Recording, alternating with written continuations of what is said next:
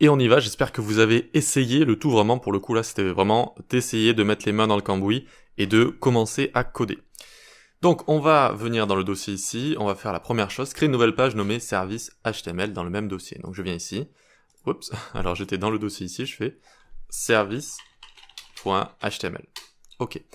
Ensuite, le but, alors peut-être qu'on va l'écrire en grand comme ça. Alors vous pouvez faire fenêtrer, vous avez une petite fenêtre ici, hop, et ça vous permet d'ouvrir plusieurs choses à la fois tout d'un coup. Donc on devait écrire une structure de base. Qu'est-ce que j'entendais par une structure de base? Eh bien c'est le doctype qu'on avait créé juste ici, avec le HTML, le head, le body. Voilà, c'est ça une structure de base, c'est vraiment ça. D'accord? Donc le doctype qu'on avait juste ici, et ensuite on a l'HTML, à l'intérieur on a un head, et à l'intérieur on a un body. C'était ça la structure de base. On peut la présenter comme ça par exemple. Voilà. Ensuite, ce qu'on avait à faire, écrivez une structure de base, souvenez-vous de ce qui est important, rajouter un titre avec le contenu, ma première page web, donc là 1H1, ma première page web. Voilà, très bien.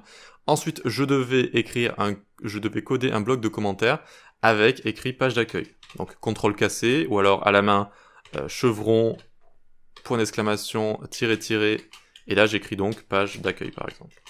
Page d'accueil comme ça. Je peux le mettre ici, là, voilà, bon, on va le mettre juste après. Très bien. Ensuite, coder donc un bloc et créer une liste non ordonnée avec le contenu de votre choix. Une liste non ordonnée, c'est UL. D'accord? UL. Il y a OL, UL, et donc on veut une liste non ordonnée. Donc on imagine qu'on est sur une page de service, donc on peut avoir par exemple création de site web. Et puis je vais avoir, donc pour dupliquer, j'ai fait Shift Alt flèche du bas. Je vais avoir maintenance, web design, et par exemple cybersécurité. Voilà, on propose des services comme ça.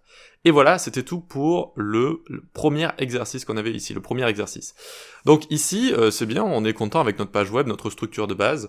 On pourrait dire qu'il manque 2-3 choses dans le head ici.